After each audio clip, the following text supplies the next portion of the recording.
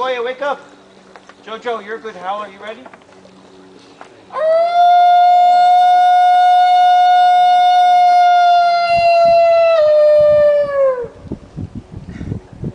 They're all sound asleep.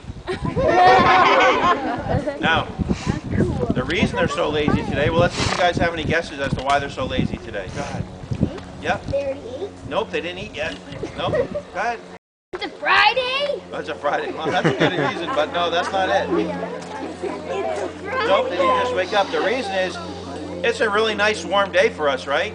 Well, they still have all their winter fur. So it's like us having about 5 jackets on right now. So they're really, really hot until all that winter fur falls out of them. So they're not going to be moving around too much until all that fur falls out. So that's why they're a little bit lazy today. They're kind of in the middle of shedding their fur. So until that fur's all gone, they're going to be a little lazy and not going to be running around playing. Now, I'm going to continue just a little bit more, and then we're going to go see the fox and bobcats. And after we see them, we're going to see if we can get them to howl again. Now, wolves will live about 12 to 15 years in captivity. It's only about 5 to 7 years they live in the wild. They've done studies to find out why that lifespan was so short, and they think the leading causes were either starvation or internal injuries. They found a lot of wolves with mended ribs, which they think are from getting kicked by the deer or stabbed by the antlers of the prey they're trying to take down. They have a rough life in the wild and usually end up getting injured by their prey. We give them all the same shots your dogs at home would get, which could be another reason why they have a longer lifespan in captivity. They get a lot of extra help from the doctors. Now, anywhere you see interior fencing, we have another 3 feet of fences laid out to the inside. It's tied in at the upright, and then backfilled or buried. Wolves don't try to climb or jump out. They're diggers. They would try to dig out. What they would do is come to the edge, dig down and hit that fencing and give up. They don't know to go back 3 feet and tunnel underneath. But again, these guys were born in captivity. This is the best home they've ever known. They get fed every day, fresh water every day, and most important, they have enough room where they're very comfortable. We've had no trouble with even trying to get out.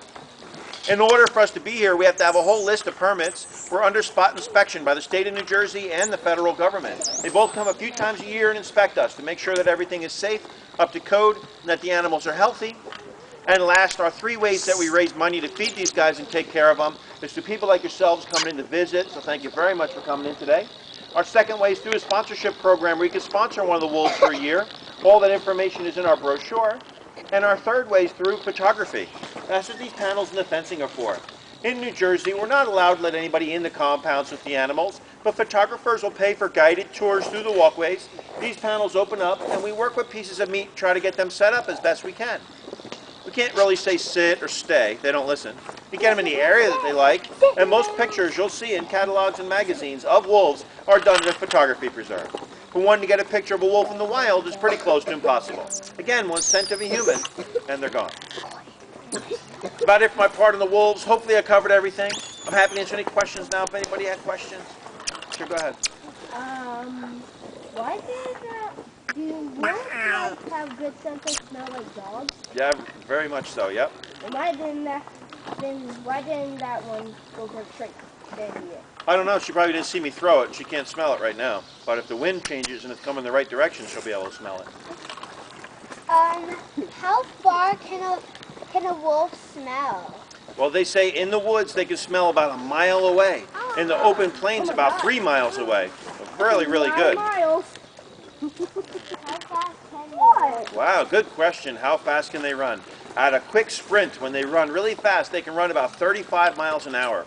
But they can only keep that up for a short distance. The best thing that they can do, though, is they can keep up a 12-mile-an-hour trot. They can trot along at 12 miles an hour all day long. I've read some studies where they've tracked wolves with radio collars on them for over 100 miles in a single day. That's quite a distance to be traveling on foot in one day. How far does a wolf hear? They can hear pretty good, but their best sense is their sense of smell.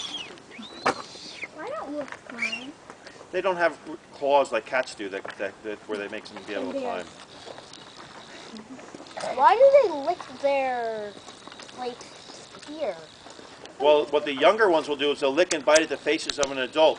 And also, that's how they show their respect to a higher ranked member in the pack, by getting down and licking and biting at their face. Now, just like your dogs would do at home, if your dog will lick and bite at your face, he's acknowledging or telling you that, hey, I acknowledge you, or I'm making sure that you know that you're the leader in the pack, or you're a higher ranked member in our pack, or your family. And that's why your dogs lick and bite at your faces.